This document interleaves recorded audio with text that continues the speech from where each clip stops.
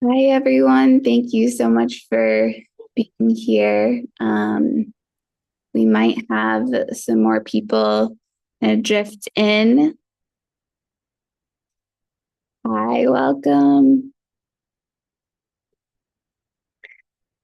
I know that these past days and weeks have been extra stressful and overwhelming for all of us, and that anxiety and that stress also plays out in our homes and is affecting our kids. I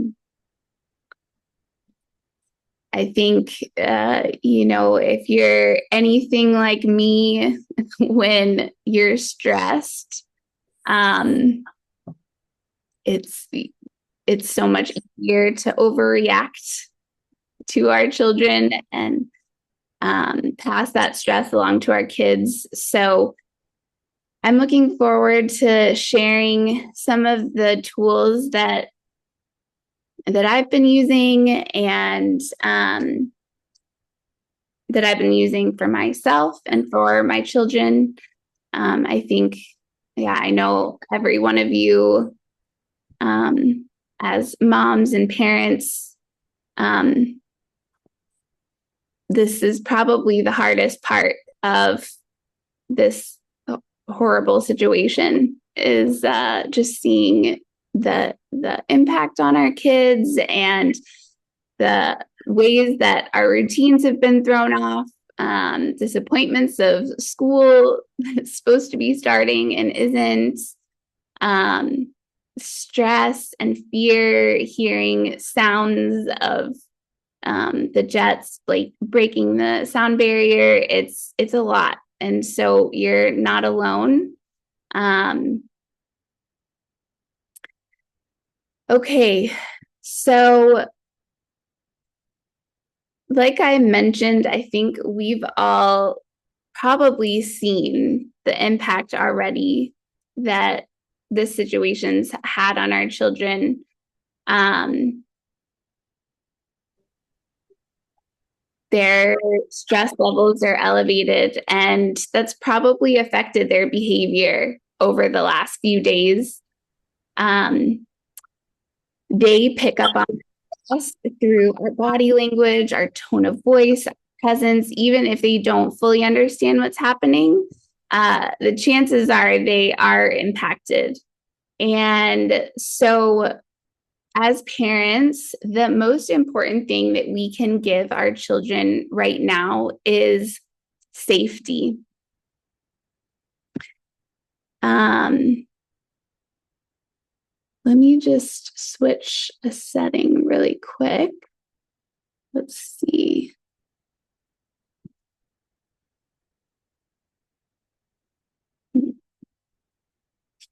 Okay. I am recording this for those that couldn't join, that wanted to be here, but couldn't for whatever reason. And I'm going to be posting it on YouTube.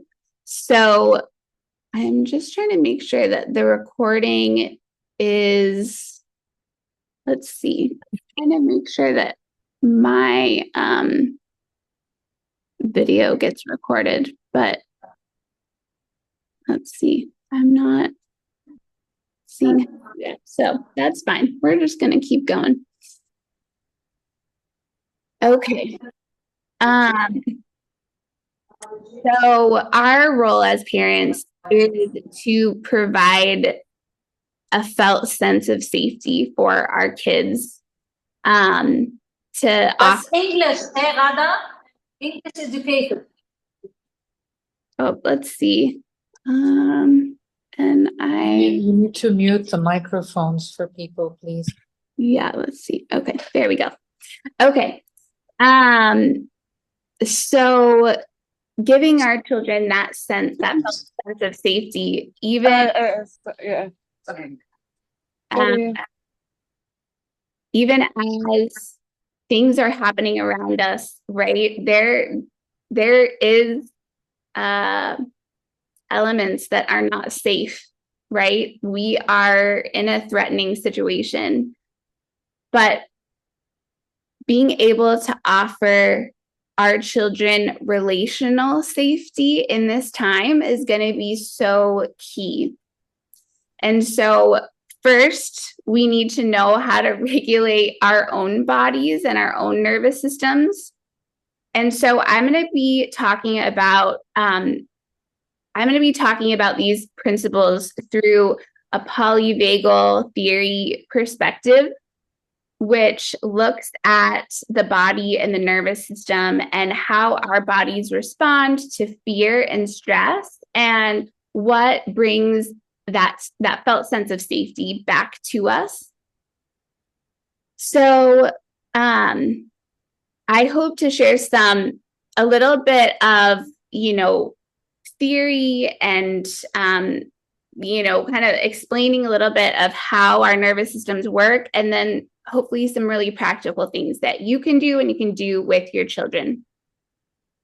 So the polyvagal theory talks about how, like I said, our nervous systems respond to stress and threat and fear. And it breaks, here, let me share my screen. So yeah, Ghada.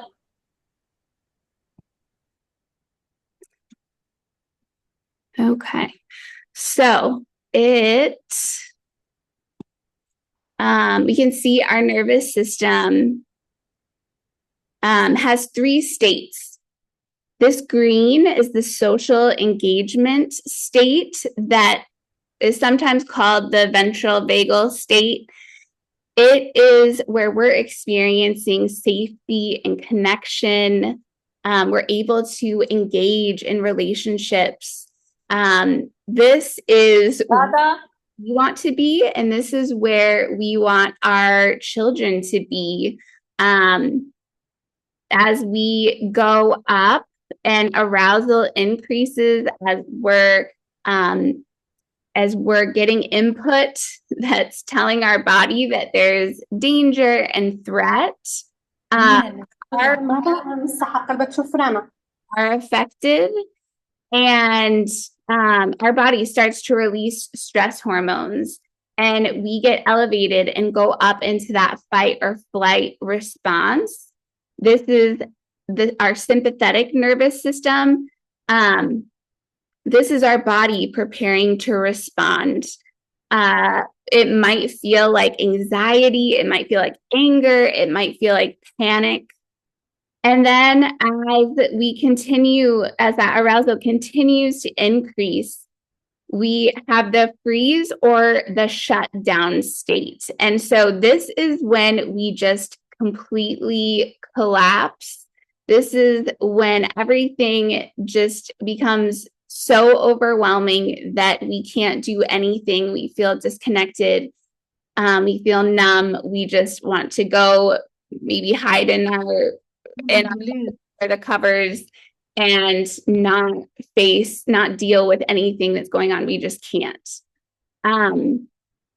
So like I said earlier, our body in these different states are, as that arousal is increasing, our body starts to release those stress hormones, cortisol and adrenaline, and these make us more alert, and they are helpful. This is our body's way of protecting ourselves. These are good, helpful, normal responses.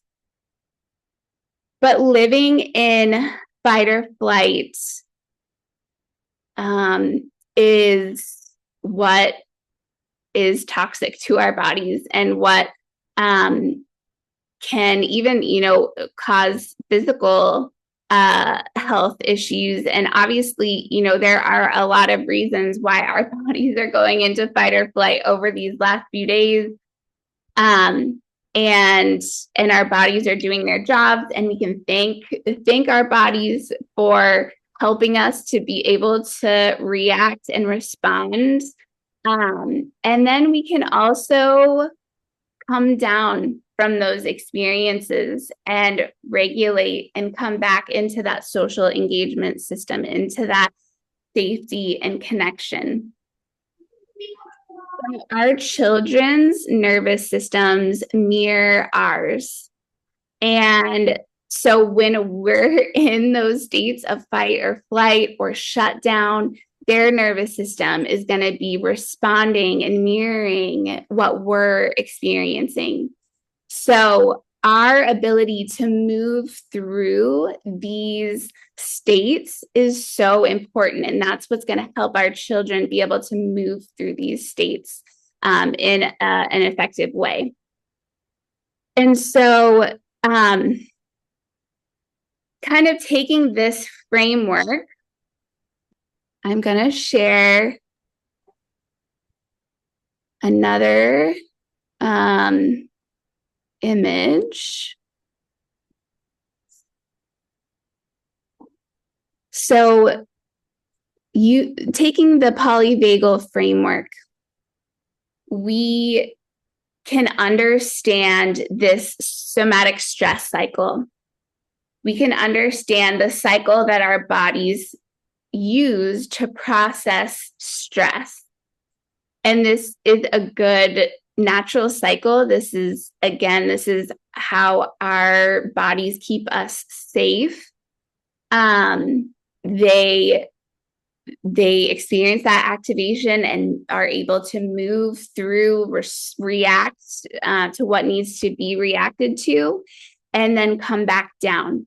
And so when we're hearing, jets breaking the sound barrier, if we're hearing explosions, if we're even just trying to navigate the traffic that we're experiencing, the extra traffic, all of these things, or even just seeing them on our phones, seeing videos, getting calls from relatives, all these things are activating. That's that activation.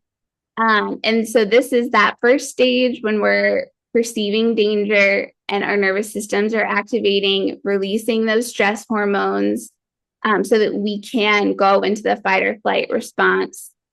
Your heart might start beating faster, breathing faster.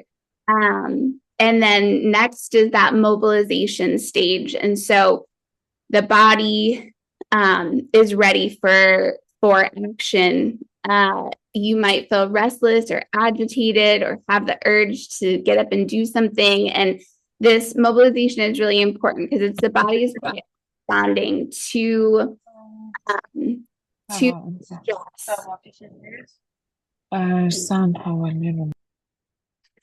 And بليز طفوا الميكروفون تبعولكم لأنه عم بضل يشوش على السبيكر.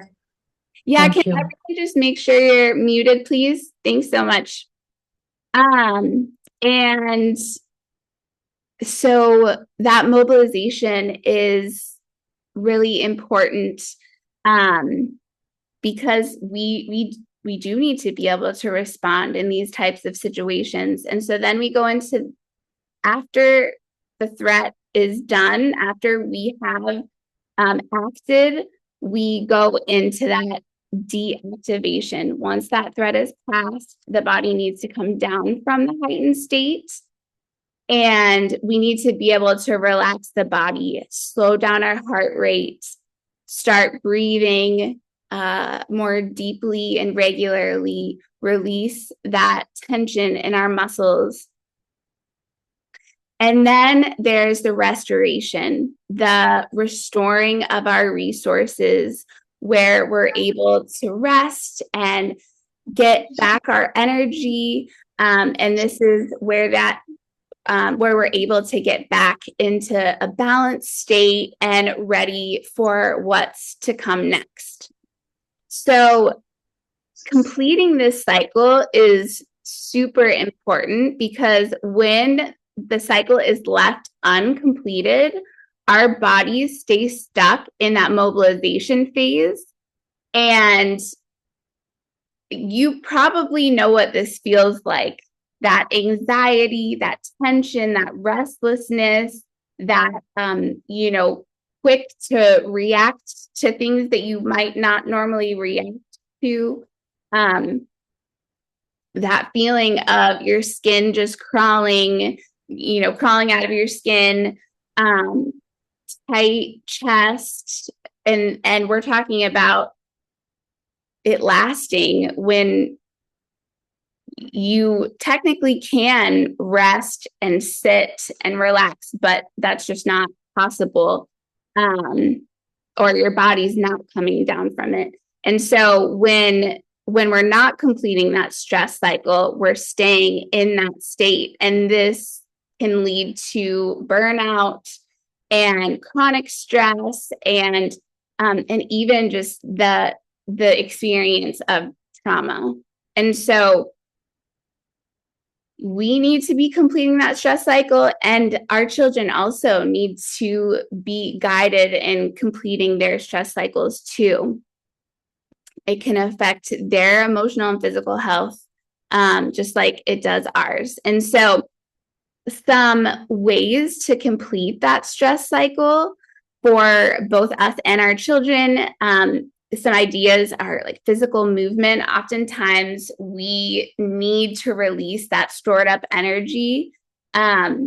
So walking, running, dancing, stretching, for our kids, running, jumping, wrestle play, rough play after an event like that helps our bodies to release that built up energy during activation.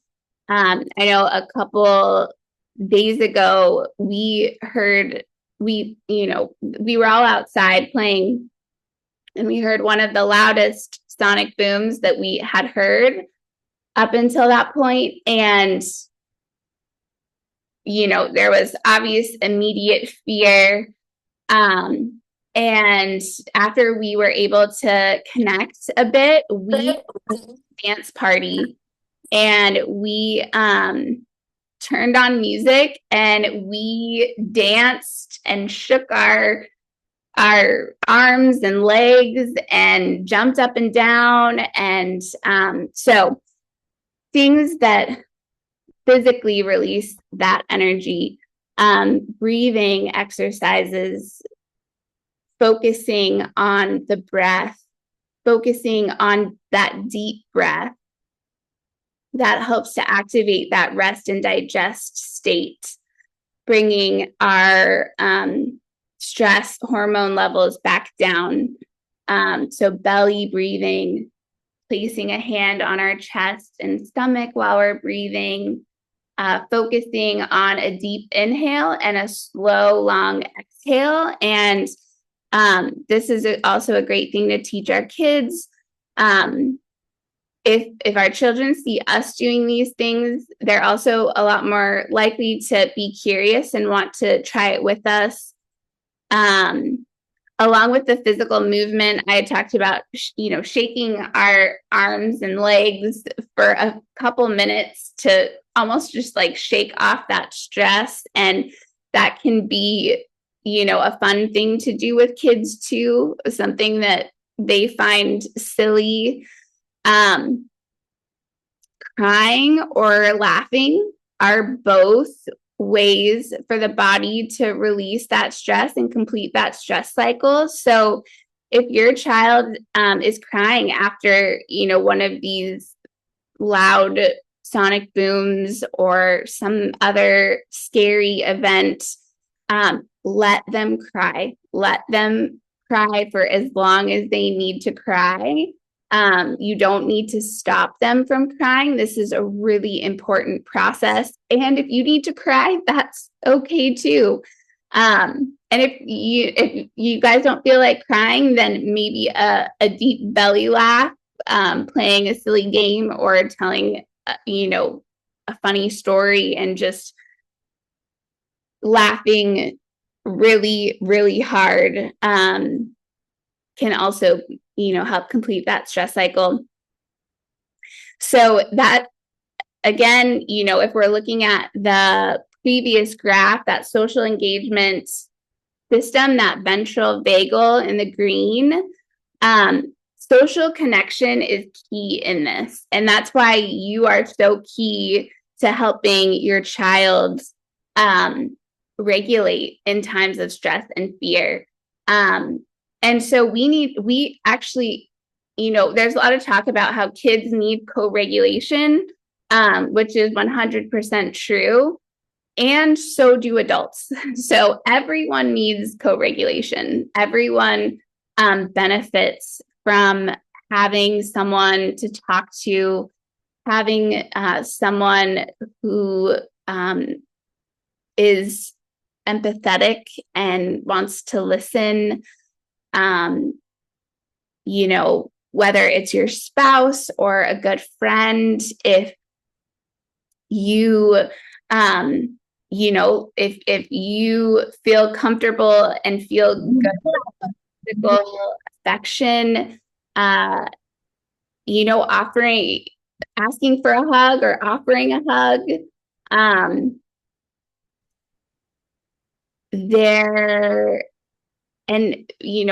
with our children too, they need that from us. So they need our attention, our connection, our closeness. In the polyvagal theory, they talk a lot about relaxed face, a melodic tone of voice. If some children respond differently to touch, some children might not want to be touched in a time like this. And so you probably know your child best. Some children might want a firm hug and others might not. And you might know that about yourself too. And hopefully there's someone that you can ask to meet these needs of social connection, because this really is a key during this time. A friend of mine and I have been going on walks around our neighborhood, and that's been really helpful just to connect and be able to process and have that social connection. Maybe for you, it's going on a walk or having a good friend over for coffee or tea. So another way to complete that stress cycle is engaging the senses. And so this also helps to decrease those stress hormones and bring our activation back around. And so for our children, this might look like, hugging something that is comforting for them or listening to soothing music. It could look like, smelling something that is calming and relaxing. It could also look like swinging. That's actually swinging and jumping are two things that really help one of my children, either on a swing or even if I just hold her and kind of swing her back and forth, that really helps her to just come back into that social engagement. So those are some ideas for completing that stress cycle. And so I think maybe some of us are seeing how this stress and fear is showing up in our kids. Every child is going to respond differently, and for really young children, they're not going to be able to tell you they're afraid or that they're stressed or that they're in fight or flight. It's most likely going to come out in behavior, and it's most likely going to be, not pleasant behavior. And so it could look like them becoming more clingy or anxious or fearful. It could be more meltdowns, more tantrums, more anger. It could be regression. in behaviors like bedwetting or thumb sucking, things that they hadn't done in a while that they're going back to. It could be struggles with sleep and nightmares. And so having this perspective can be really helpful for us to be able to see what's underneath these behaviors, because let's face it, like some of these things are frustrating as a parent when we're dealing with more meltdowns than usual, tantrums over things that seem really small. And it makes sense. It makes sense that our children are experiencing that. And it also makes sense that we're extra triggered. And so just being able to have compassion for ourselves that, for us, it's going to look like we're overreactive to our children. We're on edge. We're less patient. We're more easily frustrated. And so being able to have that compassion for ourselves and our children, knowing that we are all, we're all heightened. We're all, we all have the more stress hormones than usual that are pumping in our bodies, telling us that we need to react. And so our job really is to regulate ourselves and help co-regulate with our children. There's a lot of different ways that we might be responding. We might be that type that's like, okay, shut it all off. I'm in survival mode. I need to just keep on going. Or it could be that we're extra anxious and can't think clearly, and on the other end where we can't make a decision, and so it's so important to take that time to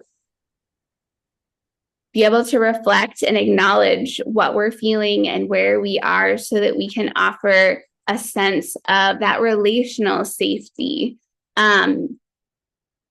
So here are I had mentioned some ways of, completing that cycle. Here are some more ways or things to be, doing on a daily basis or throughout the day to help ourselves be grounded and centered, so that we can have a regulated nervous system. So we talked about breathing techniques, focusing on the breath. We talked a little bit about some grounding exercises, even things like physically going barefoot in the dirt or grass. That also helps to decrease our stress levels, those stress hormones. Mindfulness techniques, listening to relaxing, calming music. Again, back to that self-compassion, that we can be kind with ourselves and our overreactions, and our stress. We're all doing our best. We all want the best for our children. We are all doing the best with what we have right now. And so reminding yourself of that, especially in those moments where you don't respond the way that you wanted to or the way that you were hoping to. And then again, that connecting with others, making that a priority. And for some people, that might be, being with all the family, and for others, that might be being with a ton of people might be more overwhelming and more triggering. And so that might actually be pulling away and being more intentional in relationships and conversation to really be able to connect and go deep. And again, all of this brings those stress hormones back down, helps us release those stress hormones so that we can be the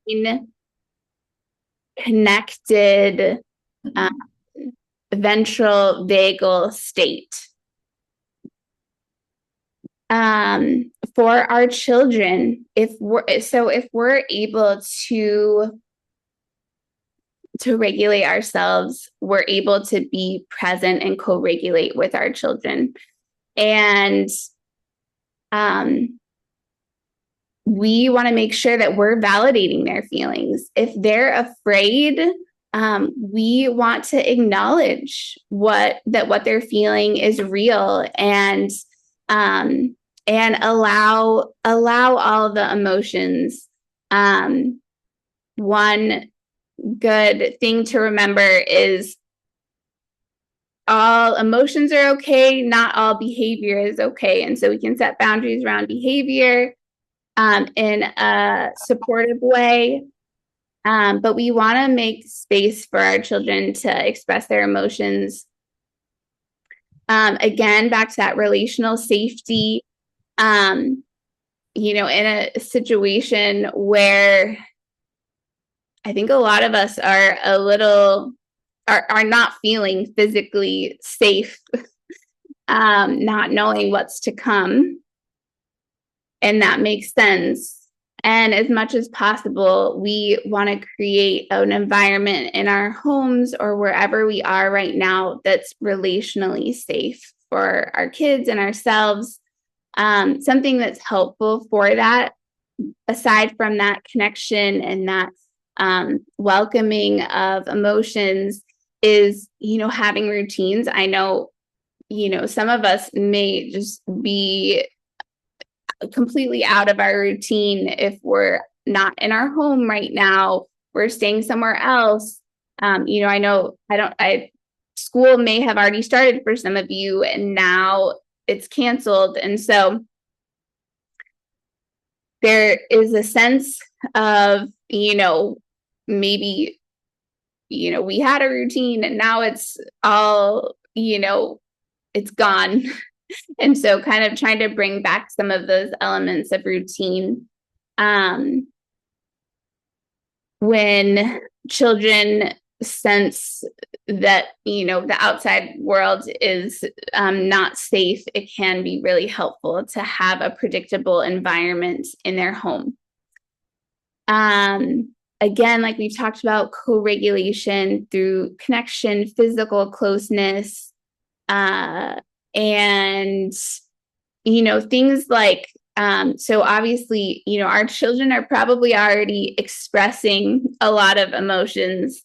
If they enjoy drawing and things like that, storytelling, play, ways where they can express their emotions creatively, that can be a good option.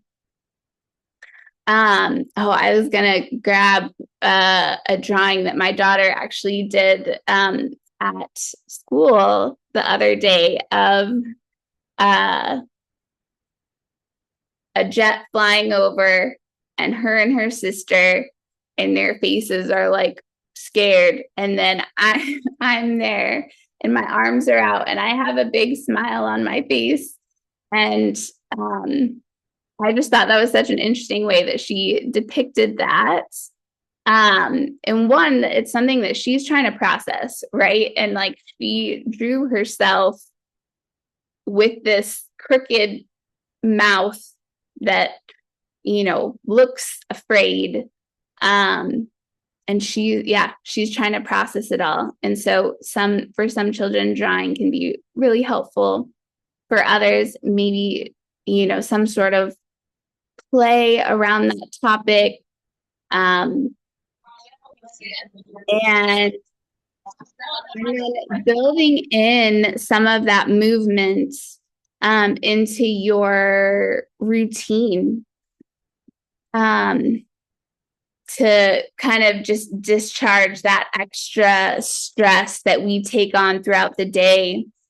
And so maybe making a dance party a daily thing, or you know, inviting your children into a few minutes of stretching or yoga, something, you know, that we can just kind of build into our days to help our children and ourselves.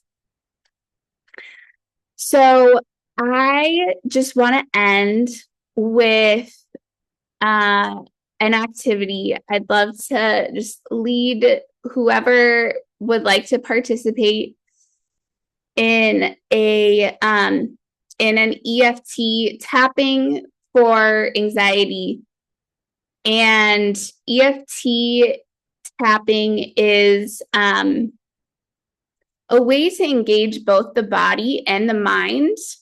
And it's actually an evidence-based way of kind of rewiring the brain, releasing those stress hormones.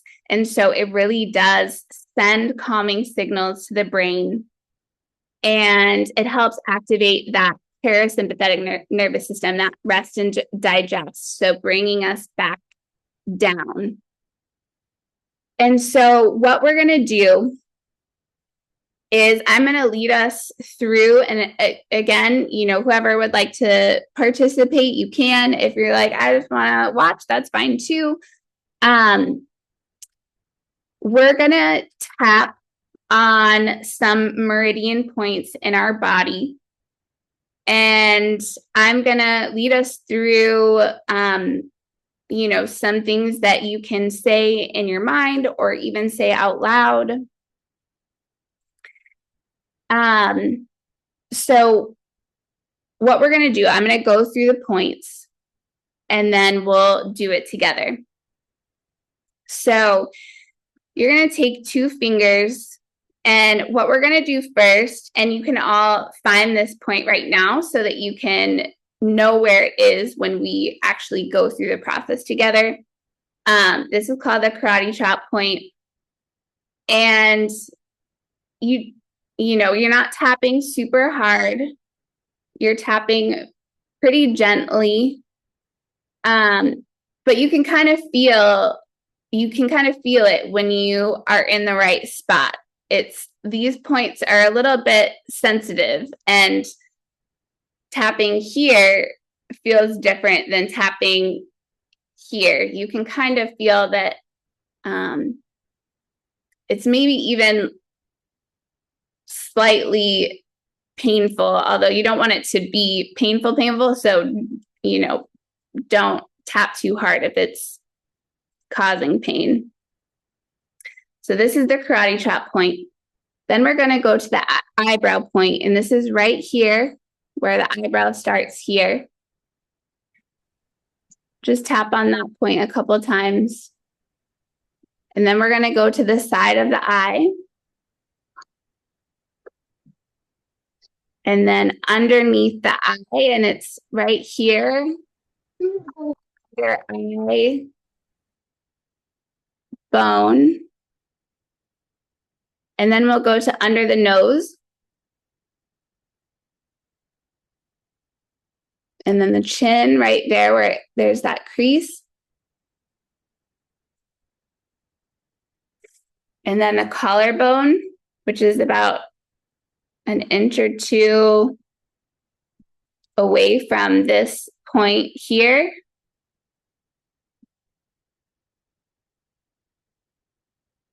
And then you're going to go to under the arm. And it's right about where the bra starts, and tap that point. And then you'll go to the top of the head. And so this is not back, more towards the middle front. And again, for all these spots, if you kind of press a bit on it, you can feel that it's a little bit more sensitive. So I'll take us now through a round, and I'll let you know when to go from one point to the other. So right now, I just want us to, if you feel comfortable, you can close your eyes and just take a couple of deep breaths. And I want you to just notice where in your body your anxiety or stress shows up. Is it in your chest? Maybe your chest is tight. Is it in your stomach? Maybe your stomach feels like knots or butterflies. Is it your head? Maybe you have a headache. Or maybe it's your neck. On a scale from 1 to 10, how intense is that anxiety just in your head? 1 being not anxious at all, completely calm and relaxed. 10 being the most anxious and stressed you've ever been. Just think about, it doesn't have to be perfect, but approximately how stressed you're feeling.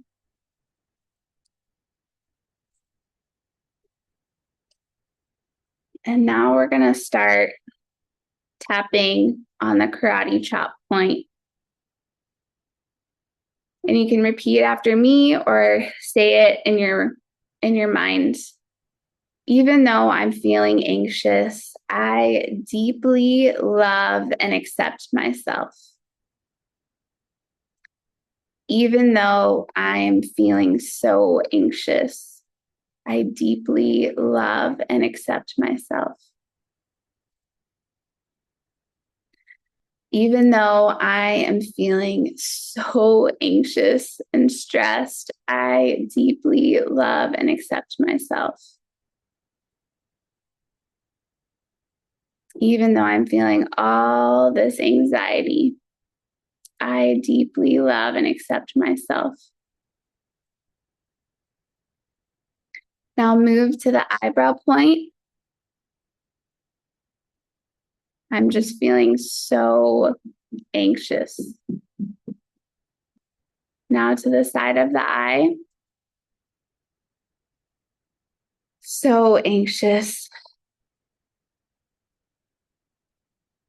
Now to below the eye. It's all too much. And under the nose.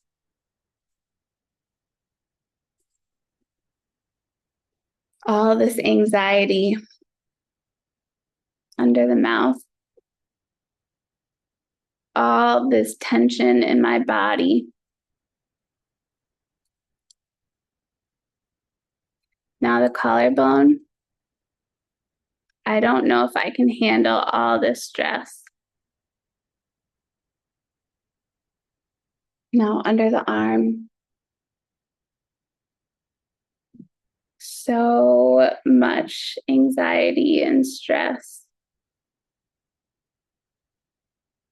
Now the top of the head.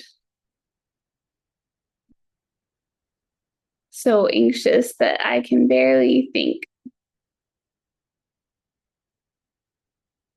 Now back to the eyebrow. I give my body permission to relax. Now the side of the eye. I am open to releasing my anxiety. Now under the eye, I don't need to have all the answers. Under the nose, I'm open to releasing the overwhelm. Under the mouth, even with everything going on, I am open to releasing the stress. Now the collarbone. I give my body permission to release this anxiety. Under the arm, I give my body permission to release this stress. The top of the head, I am releasing this overwhelm.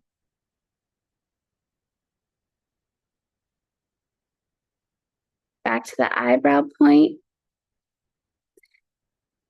Even with everything going on, I can do it. The side of the eye. Even with all of these decisions, I can make the right decisions for my family. Under the eye, I can relax. Under the nose, I can do this. Under the mouth, even with all that's going on, I can start to feel more calm.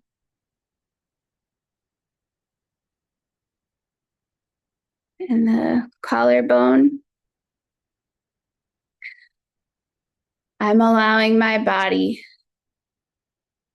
to release this tension. Under the arm, I can do this. The top of the head, I'm starting to relax more.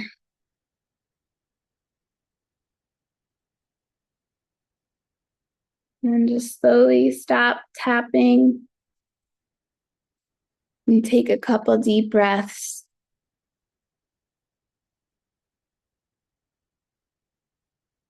And check back in with your body and just see if some of that anxiety has gone down a little bit, if it's shifted on a scale of 1 to 10. Has it gone down 1 point?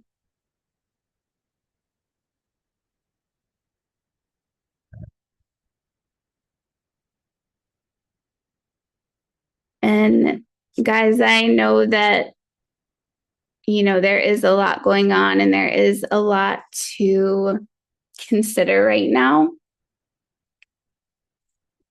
And so if you're not feeling completely calm, that makes sense and is normal. Maybe you've been able to shift and you feel maybe just 1 degree, less stressed.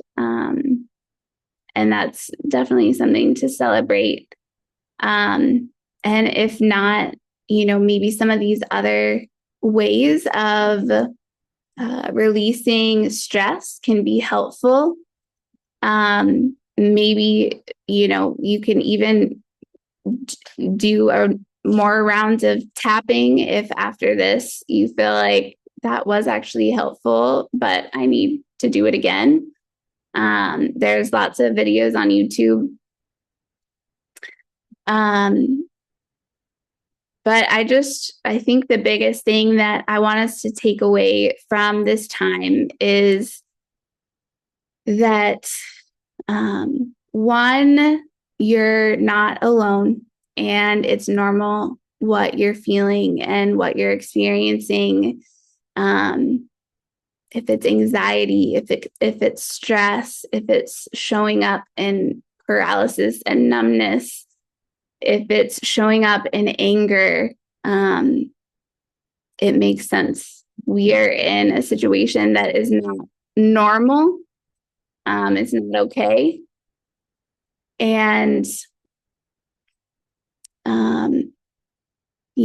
I hope that we can take self-compassion away from this, this session, and also compassion for our children and, behavior that maybe sometimes it's hard to have compassion for.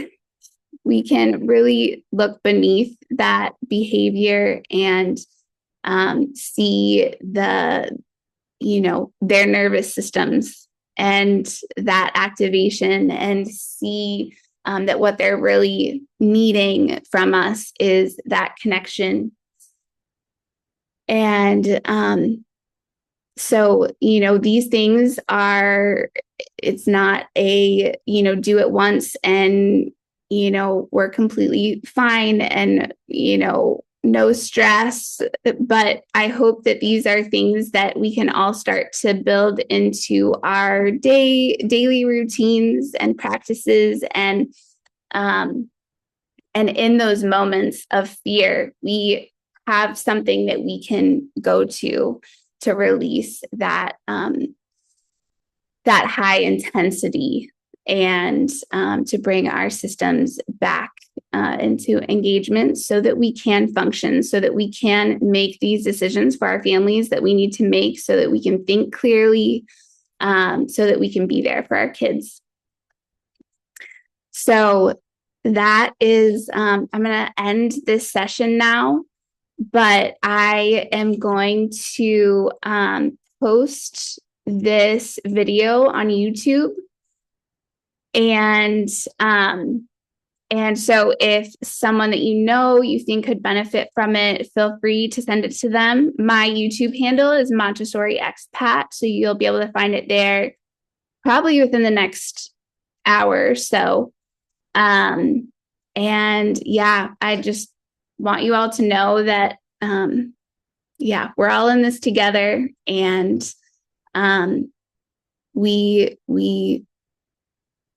going to make it. We can do it. So sending love to all of you guys, and sending prayers to all of you guys in this time. So have a good rest of your day, and maybe we'll do another one of these again. Bye, everyone. Thank you. so much. Thank you so much. Thank you all. Thank Thanks. you very much. Thank you.